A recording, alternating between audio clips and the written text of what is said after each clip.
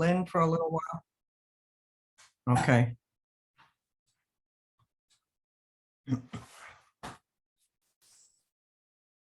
Well, maybe we should go ahead and get started since Mary will let other people in. Hi, I'm Kathy Truex, and welcome to the new author series of Capitol Hill Village. This afternoon, we're fortunate to have with us Michel Gobat, who is the author of Empire by Invitation, William Walker and Manifest Destiny in Central America. Trudy Peterson is going to give further introduction to Michel and also moderate this afternoon session. So over to you, Trudy.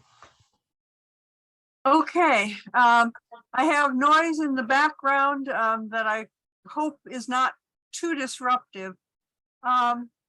Michel Gobat is an interesting life story of his own. He was born in Switzerland and he was a tennis pro at one point. But he also got a PhD in history from the University of Chicago. And if that wasn't enough, developed an interest in Central America. So we have a multifaceted career here that Michel represents. His work is very heavily in Central America. He teaches now at the University of Pittsburgh, where he's the incoming chair of the history department. He has taught in Bolivia, he's taught in Costa Rica, he has done work in Germany, and of course in his native Switzerland, as well as lots of research here. So let me begin, Michel, by asking you a couple of questions. How on earth did you get interested in William Walker, and who on earth was he?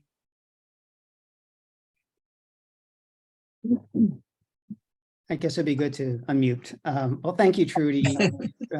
First of all, thank you for the invitation to talk about the book. I hope my memories are still fresh because it's been a while since I've looked at the book. How did I get interested in Walker? I wrote my first book on the U.S. occupation of Nicaragua, which lasted from 1912 to 1933. That was my dissertation. And the main goal of the dissertation was to understand how a highly Americanized elite became very anti-American as a result of the occupation. But I knew I had to go further back to understand how this elite became Americanized in the first place. So I needed to look at the late 19th century. And anybody who works on Nicaragua knows you have to start with Walker. Walker is, I think it's safe to say, he's not a very household name here in the US, but in Central, not just in Nicaragua, but in Central America, he is probably I don't know if he's the best known American, but he's certainly the most hated American in Central America. I thought I had Walker all figured out. I was just going to write, the book was just going to spend a couple of pages, a couple of paragraphs on Walker. But the more I read about him, the more complex he became, because I thought he was a pro-slavery expansionist who went to Nicaragua with a handful of gringos. Their image was, the image was that Nicaragua was a banana republic. It was very easy for them to take control of it.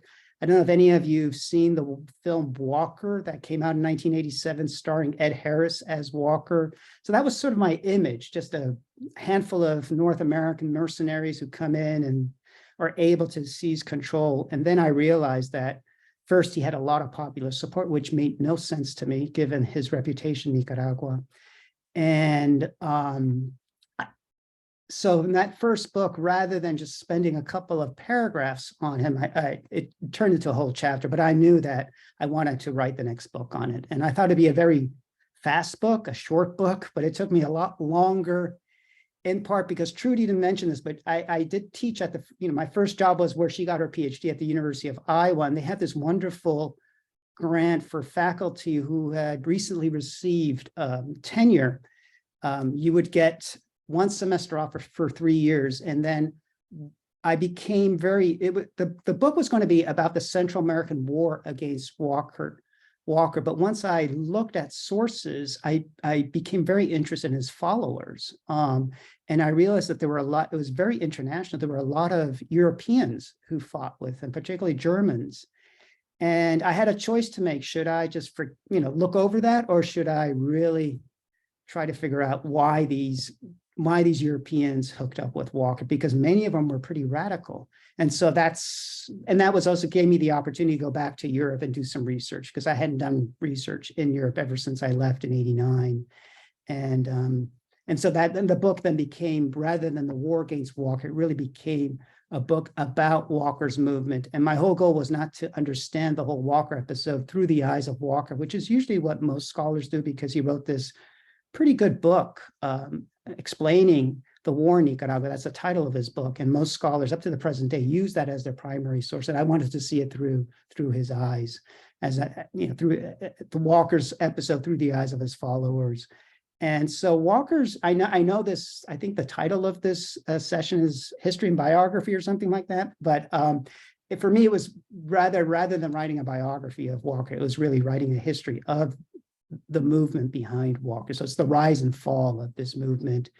And even though it's true that at the very end of his reign, he re-legalized slavery. Slavery had been abolished in Central America in 1824, shortly after independence from Spain. My point was to show how at the height of his power, his project was much more what we would now identify with liberalism, promoting democracy, trying to promote not just a more modern economy, but also more modern society. So he put a lot of emphasis, or his regime put a lot of emphasis on public education, on public health. They also invested a lot in public infrastructure, everything we would associate with liberalism. So the point I was trying to make there was to rescue a bit the contemporary relevance of Walker, because if we only identify him with slavery, he has very little to say about today, right? Slavery was abolished with the Civil War. And I see him, rather than the end of something, more the beginning of a form of US intervention that, as I point out in the conclusion to the book, basically is still with us today. Let's do a little chronology, Michel. He goes to Nicaragua in June of 1855, right? Mm-hmm. So what did he do up till that point, and who were the guys who went with him, and what did they think they were doing?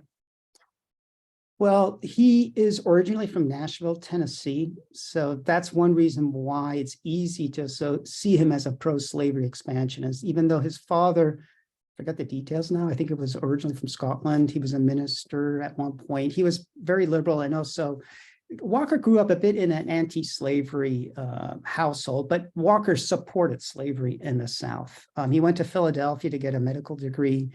And what's interesting about Walker as a Southern expansion and an expansionist from the South is that he went to Europe. He spent 2 years in Europe between the ages of 19 and 21. And it's in Europe, mainly in Paris, where he becomes acquainted with liberal ideas of liberal imperialism, which we now associate more with Europe's civilizing mission, what the British were then doing in India and the French were then doing in Algeria. He becomes very familiar with this form of expansion, but he also is introduced to the liberal democratic ideals that would eventually drive the European revolutions of 1848. He did not witness those. He did not experience those revolutions because he returned to the U.S. Before those revolutions broke out. But he imbued those ideals, or he became acquainted with them. And I don't think it's a coincidence that most of his radical followers, or many of the radical followers he had in Nicaragua, were Europeans who had participated in that revolution. He then joins, he goes back, he's in New Orleans, a journalist, and in 1850, and what's interesting about his work there is there are, you can read his articles. He replaces, believe it or not, Walt Whitman at the newspaper where he works. So it's a newspaper that, even though New Orleans then is not only home to, I think, the second largest slave market in the US after Richmond, but it's also a bastion of pro-slavery expansionism. This is the newspaper that's most opposed to that kind of expansion. as I said, he's not opposed to slavery. He's not an abolitionist, but he is opposed to the expansion of slavery outside of the US. So he's what we would call a free soiler. And you can see that neatly in those articles that he writes. You can also see that how he is very much, his outlook is very much shaped by his encounter with European liberalism. 1850, like many people on the East Coast, he joins the gold rush. He ends up in San Francisco, where he works as a journalist. What's interesting there is he's a Democrat. The Democratic Party is split between pro-slavery wing and a free soil wing. The pro-slavery wing, which is consists mainly of Southerners, they want to legalize slavery in California. He's firmly opposed to that. He's part of the free soil camp. That doesn't mean that he wants to, he's also very much of a racist. He doesn't want free blacks to come to California, like most of the free soilers. And then he tries his hand at filibusterism. San Francisco quickly becomes a capital of filibusterism. That is the invasions carried out by these private citizens that violate US law. That's why they're called filibusters, which comes from the Spanish or Dutch word for freebooters, pirates. So they're seen as pirates. His first effort is the expedition to Sonora in Baja California in northwestern Mexico. That's a miserable failure.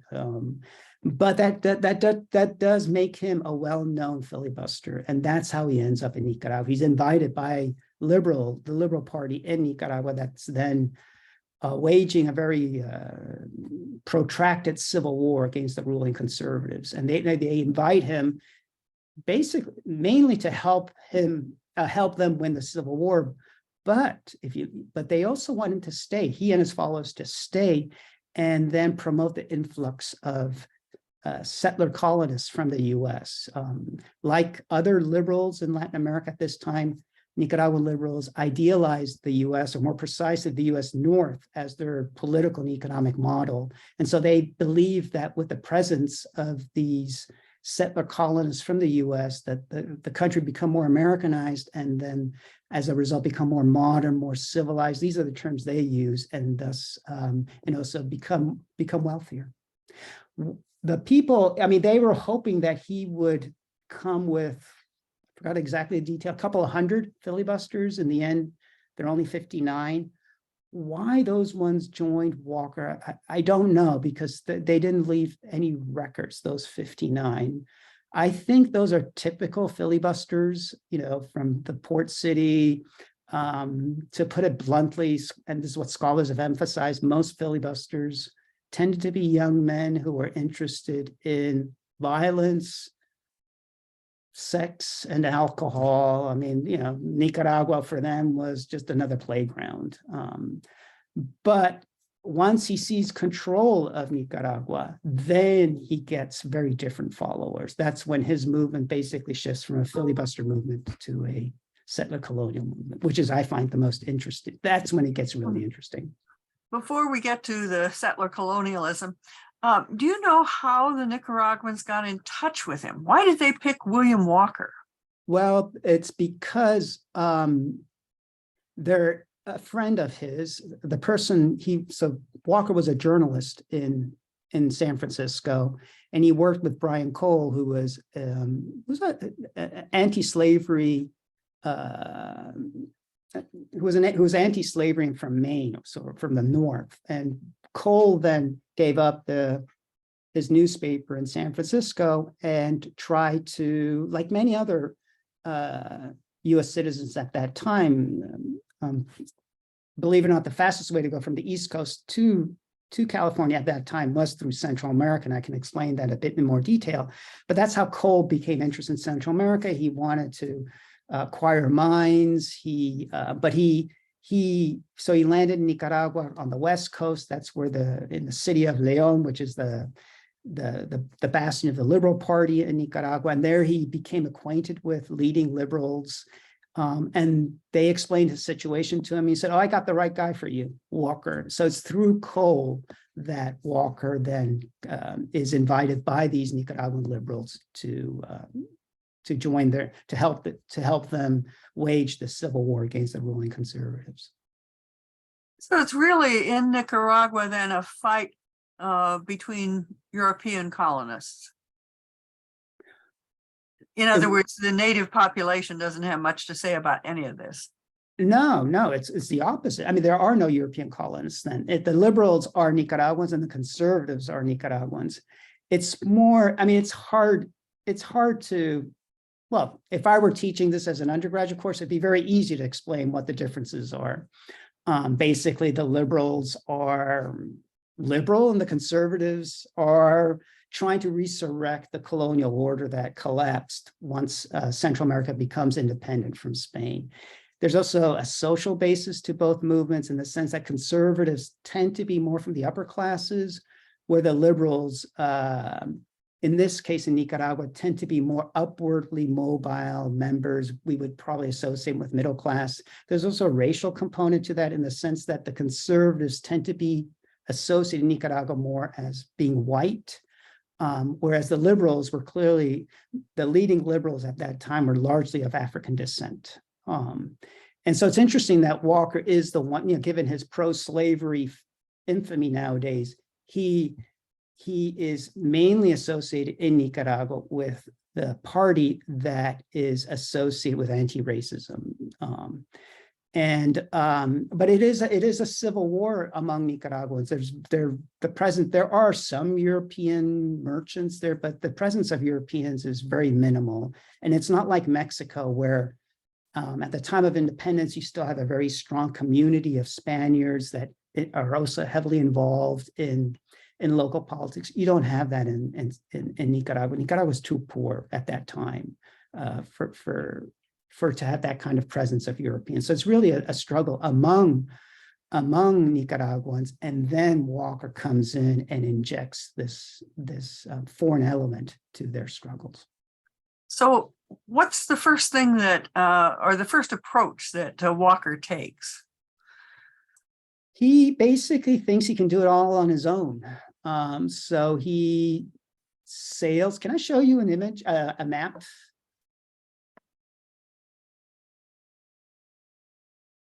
Can you see this? So this is an image.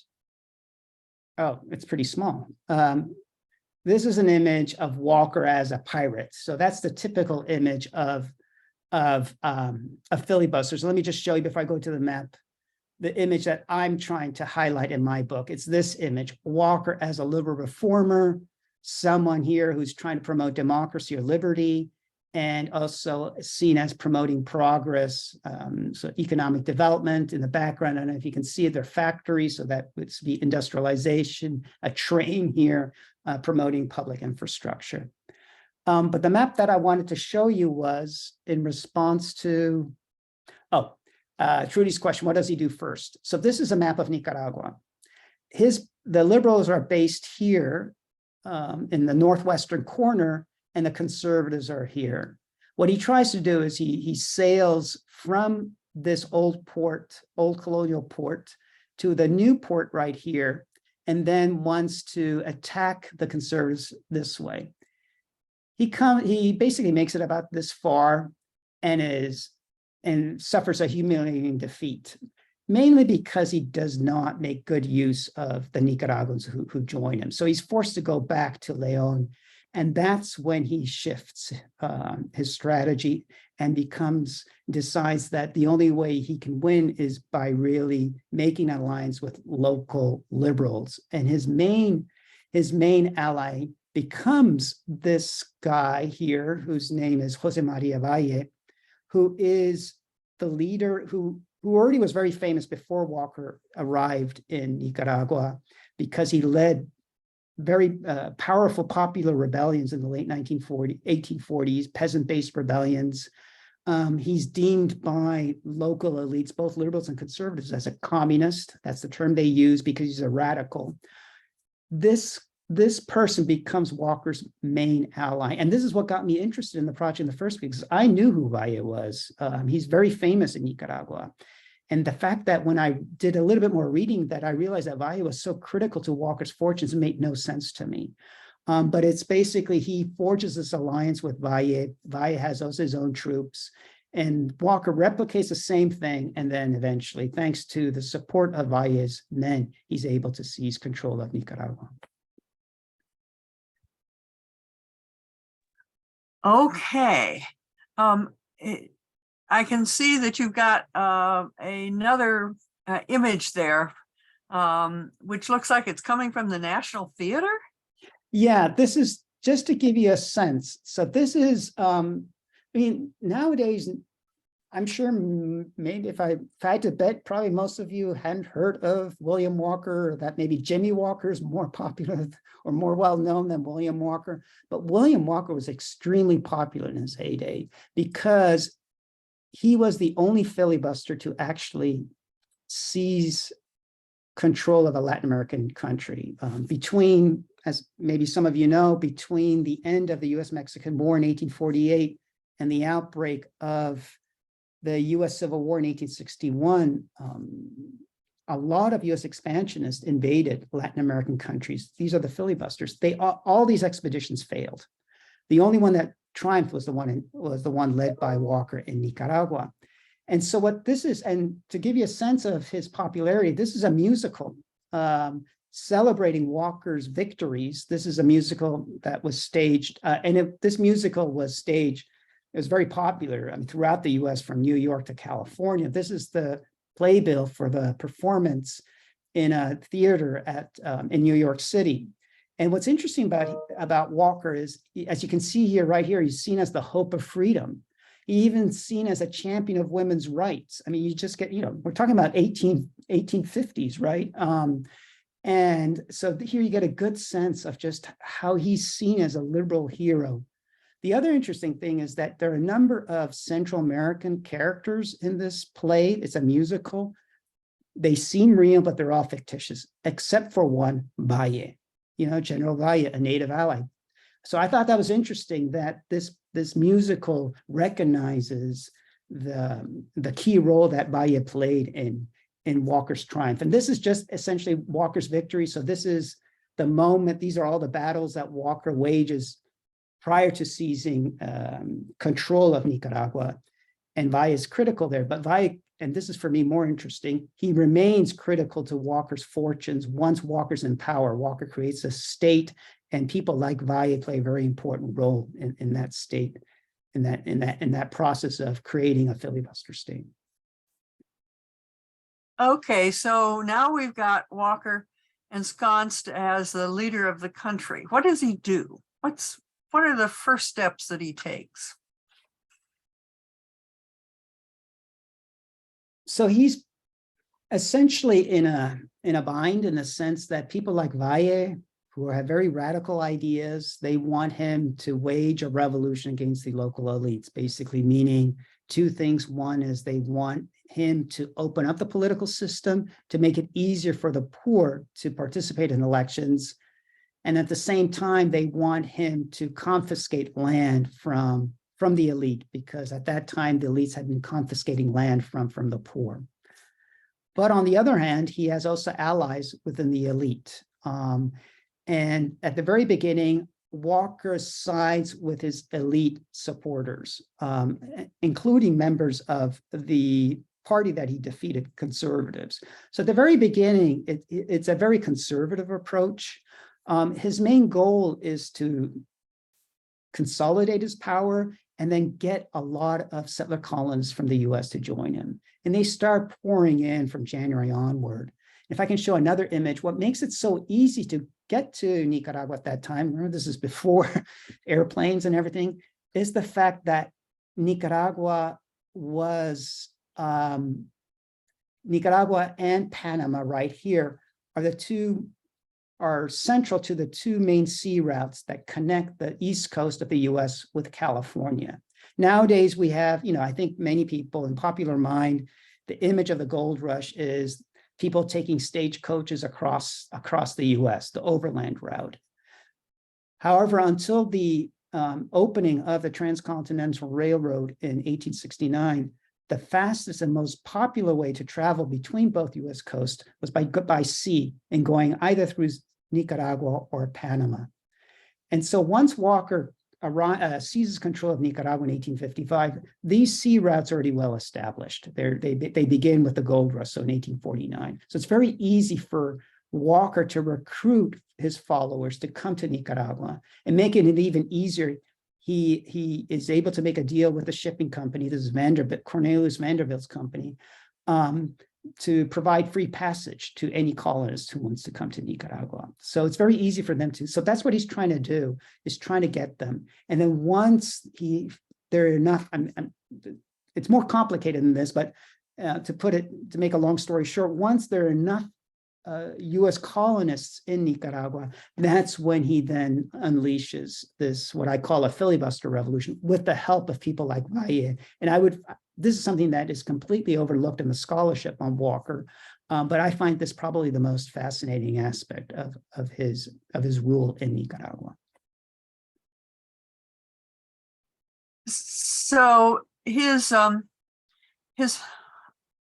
rule lasts for a couple of years, but it goes sour. How does it go sour, and pretty quickly? Yeah. I mean, he's in power for even less than 2 years, so it's very limited. So why spend a whole book on this, right?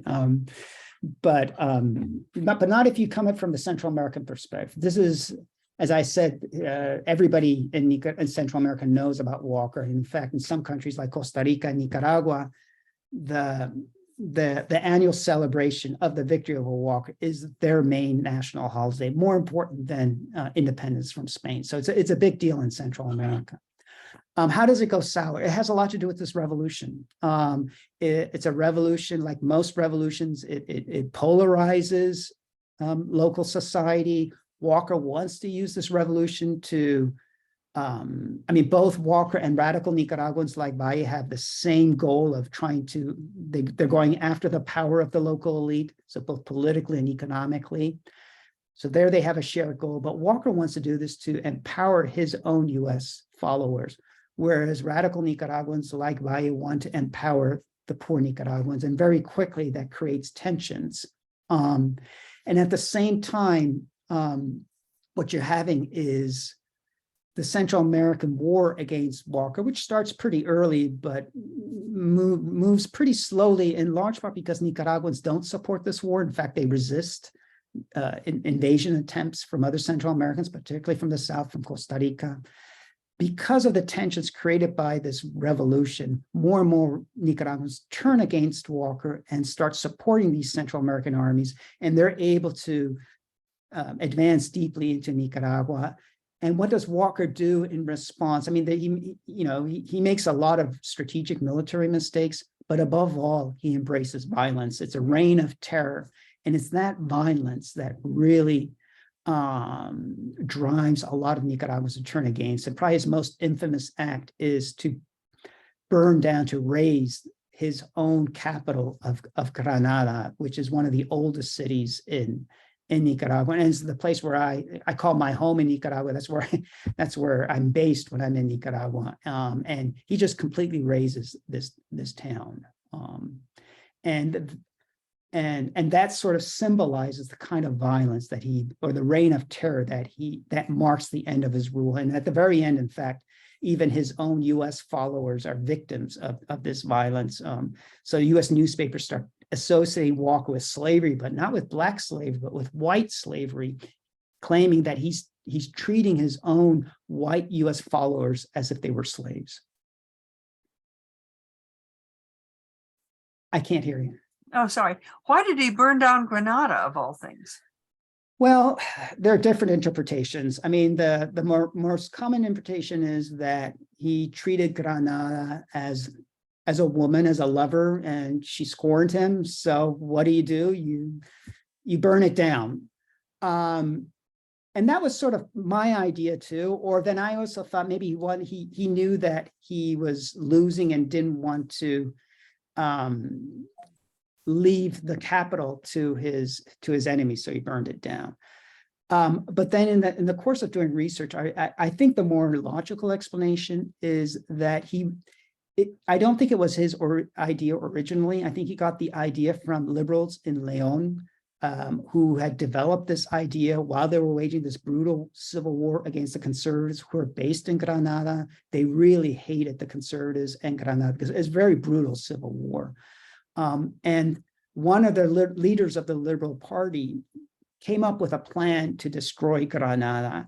And at the very end, the idea would be to plant a sign in the main square saying, "Here was Granada." This is exactly what Walker did, or Walker's men did when they burned down Granada, except that the sign was not posted in the main square, but more towards the lake. If I can show you this image right here. So Granada is on the lake, and so it's at the pier when they're about to leave, escape. That's why they planted. But otherwise, it's exactly the same. And my sense is that Walker thought that by burning down a city that liberals in León up here hated so greatly that he would gain their support, but it backfired because they too were just outraged at what had happened. And Walker lost even more of his radical followers who still were radical Nicaraguan followers who were still supporting him at this point. By that time, once he raised this city, he lost essentially all support in Nicaragua. So what's the Franklin Pierce is president at this point, right? Right. What's the Pierce administration saying about this? Are they paying attention? Oh yeah, they're forced to pay attention. Contrary to what most people think, I mean, Pierce is from the north, but he is seen essentially as promoting a pro-slavery foreign policy. And so a lot of people think that Pierce and Walker are, in cahoots with each other. But like previous presidents, Pierce was not happy about these filibuster expeditions because they would essentially undermine U.S. foreign policy. And so Pierce at the very beginning is very much opposed to Walker. Walker, once he seizes power, he wants the diplomatic recognition of the U.S., and he's not getting it from Pierce. He sends what we would call nowadays ambassadors to Washington to get Pierce to grant him diplomatic recognition, which would then make it easier for Walker to get arms and recruits from the U.S. And Pierce is opposed to that. And most of his members of his cabinet are also fiercely opposed to it. However, Pierce is a very weak president, and he wants to, win the nomination to be again the Democratic presidential candidate. But he has two very important opponents. One is Stephen Douglas, and the other is James Buchanan. And they're both very supportive of Walker. They identify with U.S. expansion. And there's a lot of pressure from below. You have massive pro-Walker rallies in the U.S., not just in the South, but also in the North, especially New York.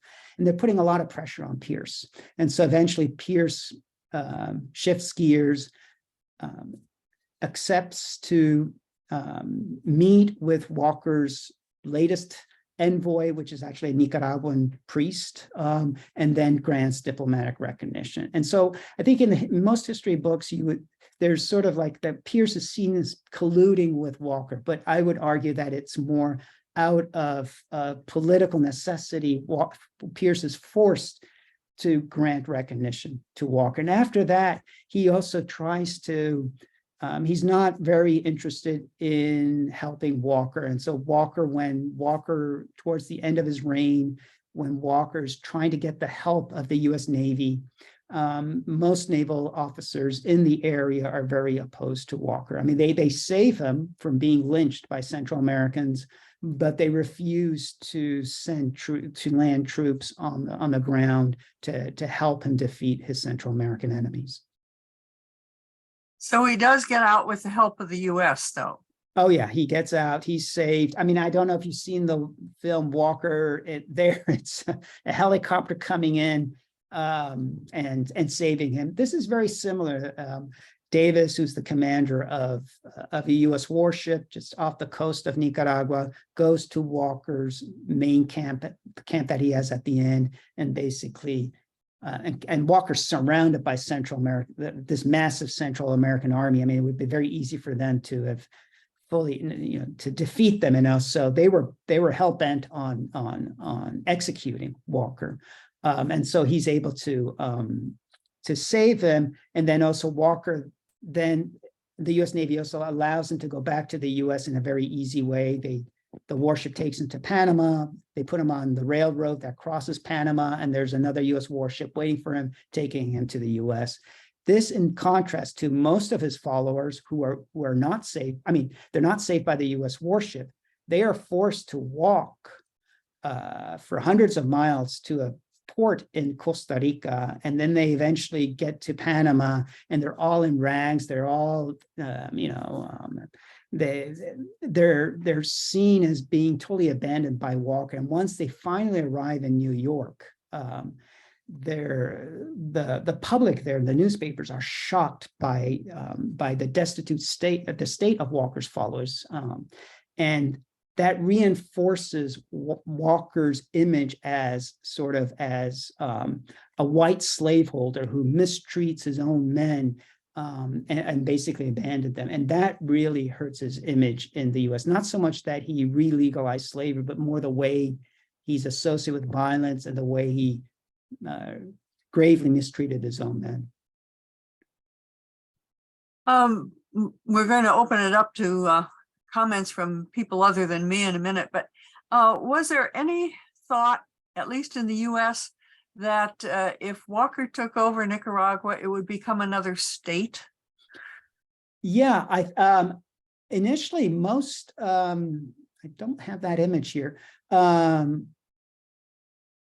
Initially, most North Americans believed that Walker was fighting for U.S. annexation of Nicaragua, and a lot of Central Americans also thought that.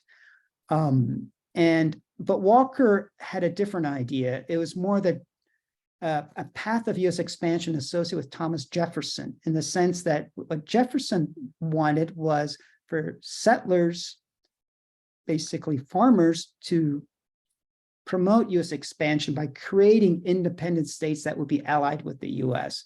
So one clear example would be the Republic of Texas. Another would be one less known as Deseret, created by Mormons in Utah, which first was an independent state, or even the Bear Republic of California, which was an independent state. So that was Walker's idea, is to create an empire that would span all of Central America and that would be allied with the U.S. But at the beginning, most people thought that Walker was promoting annexationism. I have a nice map in the book where you could see how Walker, this is after Walker seizes power, you could see how it suggests that Nicaragua is going to be part of the U.S. Walker is associated. There are these images of various people, including the founding fathers and Walker. So Walker is seen as in line of the founding fathers. So there was a very strong sense in the U.S. that Walker would be promoting the annexation of the U.S. Of Central America. So final question from me. Walker, you said today, is well known in Central America and almost unknown in the U.S. So why should we care about Walker and his image in Central America?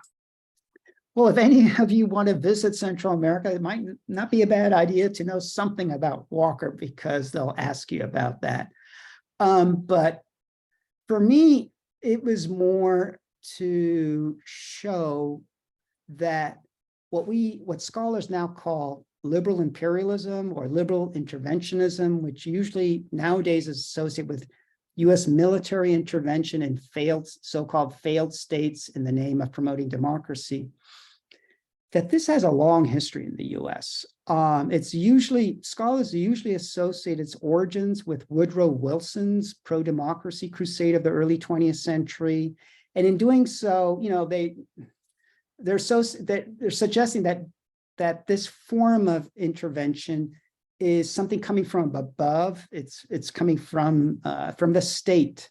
But if you look at Walker, you'll see that, first of all, that liberal interventionism or liberal imperialism has a longer history. It goes back to the mid-19th century. And it had a lot of popular support. That's why, you know, that playbill that I just showed you is important to me. I would argue that this is part of Manifest Destiny. If I can just show you another picture. This is the image I think that most people nowadays have of Manifest Destiny, right? That it's essentially expansion from east to west by land, and that it's driven by stagecoaches and the train.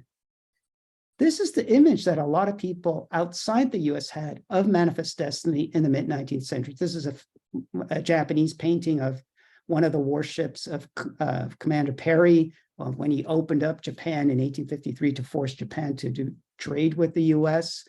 So my point is that if we associate Walker with slavery, we don't see the connections with the 20th century.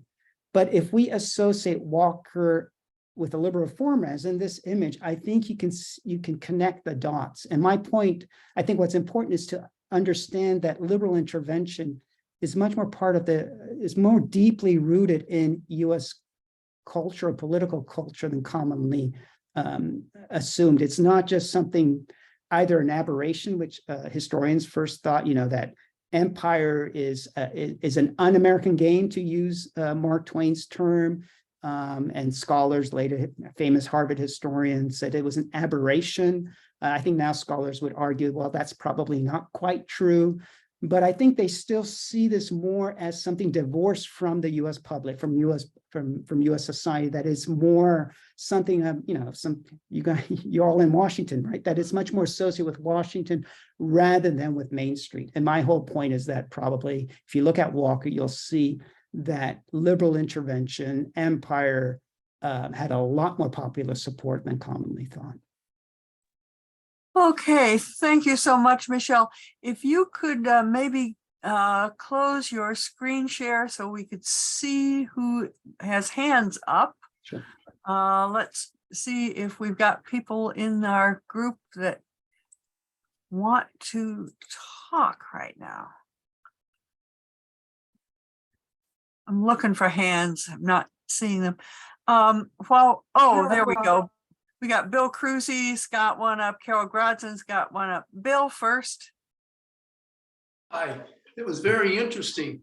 I can't help but think about Hawaii towards the end of the 19th century. Oh, sure. And most people there are probably glad to be in the US.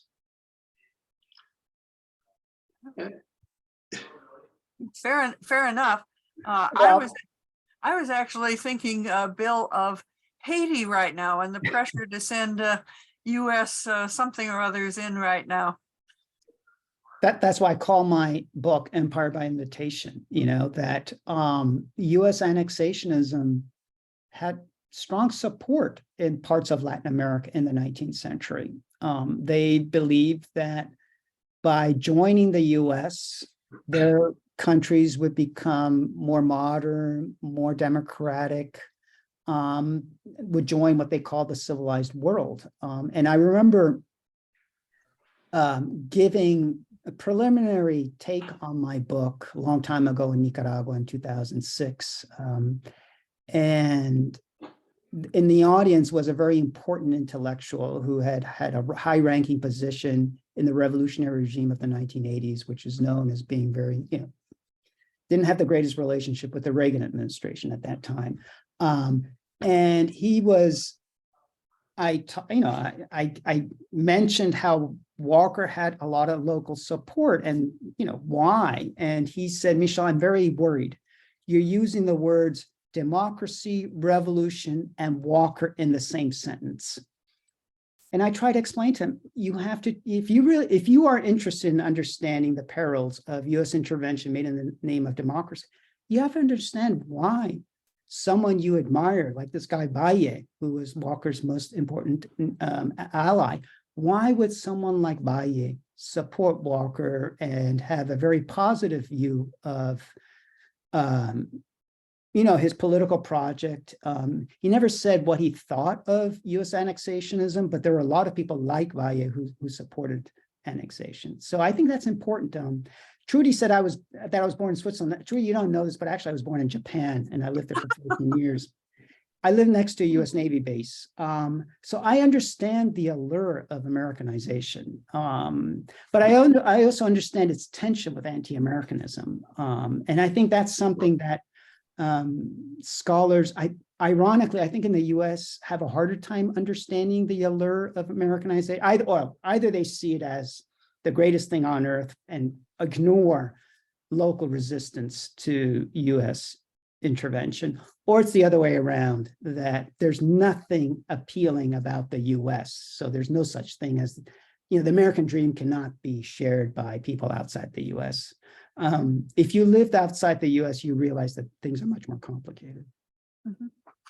Carol Grodzins, you've got a hand up. I'll come back to you, Bill. Yeah, what this brought to mind is from the other side of the world, where I was a Peace Corps volunteer in Borneo in the 60s. And in Borneo, its history from around the same time in the 1800s, this young man, James Brooke, Right, was kind of a ne'er-do-well kind of guy, right. adventurer. And his father got fed up with him in India and sent him off, gave him a ship and said, go find your way in the world. And he steamboats into Kuching, Sarawak, and there's a dispute going on between the ruler of today's Brunei, and a guy down in what is today Sarawak. And the guy in Brunei said, if you put these people down who are causing me trouble, I'll give you the place. And for the next 100 years, the Brooke family owned. Now, it was so remote that it didn't draw in many other people, but this kind of coming from nowhere, which is what your story sounds like in the beginning, although now I understand it very better. And the only other thing I would ask is what the Costa Ricans thought about during World War II, when all those Mennonites came with their cows from Ohio and settled, and today still are there in Costa Rica, but people of peace, and they were resistors. They refused to go into the army in World War II and fled to Costa Rica. I wonder how they were received at the beginning.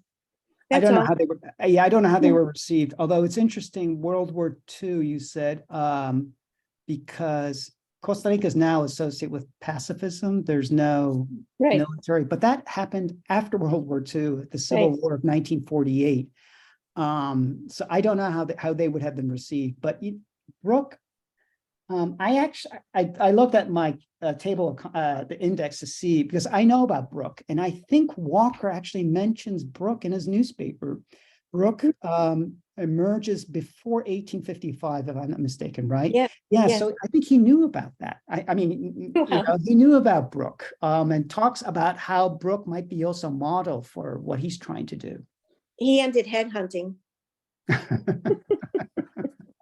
but it came back in World War II. My goodness. Okay, Bill, you wanted to say something more, I think. Yeah, a couple of things. Now, I don't know anywhere as near as much as you do, but I read that after the Civil War, there was some talk about annexing Santo Domingo. Yeah. And the idea was quashed because it was a Black population. And the Southerners did not want a Black state coming in. Right. That was promoted by President Grant. But what's interesting is the two people who promoted that were heavily involved in the Walker episode. There are a couple, William Casno and Jane Storm, who actually invented the term. And scholars have now realized that she's the one who invented the term manifest destiny. And what they had wanted to do, I mean, they're a complicated couple. They're often associated as pro-slavery, but that's not true. What they were trying to do, this is before the Civil War, they were trying to solve the problem of slavery, which was really tearing apart the nation in the 1850s, by promoting the exodus of mainly first free Blacks and then later slaves. They first tried to do that in Nicaragua, and then later they also were trying to do that in present-day Dominican Republic, Santo Domingo. And then after that, after the war ended, they still had these ideas of creating a sort of like a settler colony in Santo Domingo. Santo Domingo was also strategically important to the U.S. because of its it was seen as a site of good harbor, and the US really wanted to turn the Caribbean, what then was a European lake, into an American lake. I don't remember exactly what kind of separate colony project they had after the war, because the issue of slavery was resolved, right, after the Civil War. But before the Civil War, it had a lot to do with trying to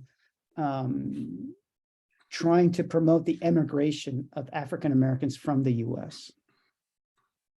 I have another question, and I wonder if this antipathy towards the North American Colossus is more from the rich landowners who don't want to give up, to have land redistribution, and less from the man in the street. There seems to be a lot of people who want to come into the US on the Mexican border. Right.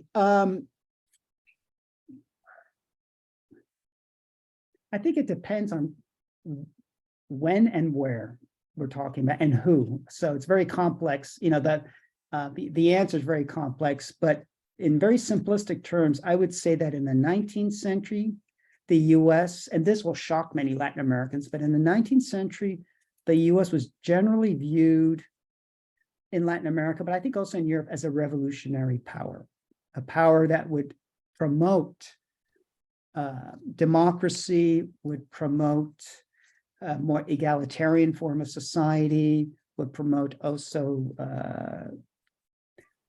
liberal capitalism, so do away with protectionism, promote free trade, things like that. In Latin America, at least, in the US, in the 20th century, became much more identified as an illiberal power. This was mainly in the Cold War era, particularly after, and Trudy knows this better than I do, after the US supported the military coup in Guatemala in 1954, when it overthrew a freely elected government.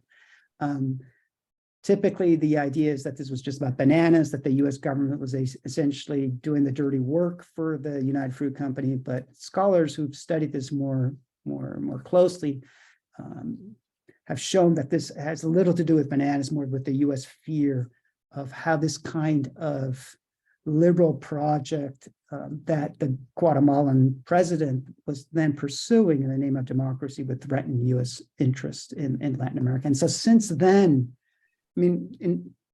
since then, the US in Latin America, at least, has become identified, or at least until the end of the Cold War, as a power opposed to democracy. But that was not the case in the 19th century.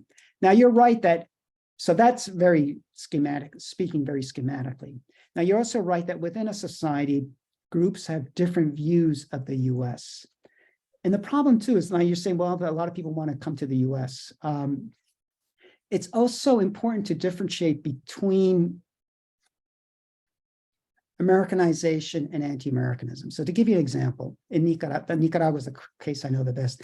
There are leading politicians, particularly late 19th, early 20th century, who are very much opposed to the US. And so they were seen by US officials as being rabidly anti-American. What the US officials did not realize was that a lot of these politicians were also greatly admired the American way of life. They wanted, in many ways, their countries to realize the American way of life. And they believed that the main way to do that was by curbing US intervention. And probably the best example is the Cuban Revolution, of that triumph in 1959. People don't remember this, but the very first group that promoted the radicalization of the Cuban Revolution when it triumphed on New Year's Day of January of 1959 were a young group of highly Americanized revolutionaries. They had either studied in the US or they had studied in missionary schools in Cuba, Protestant missionary schools, where they became very well acquainted with the American way of life.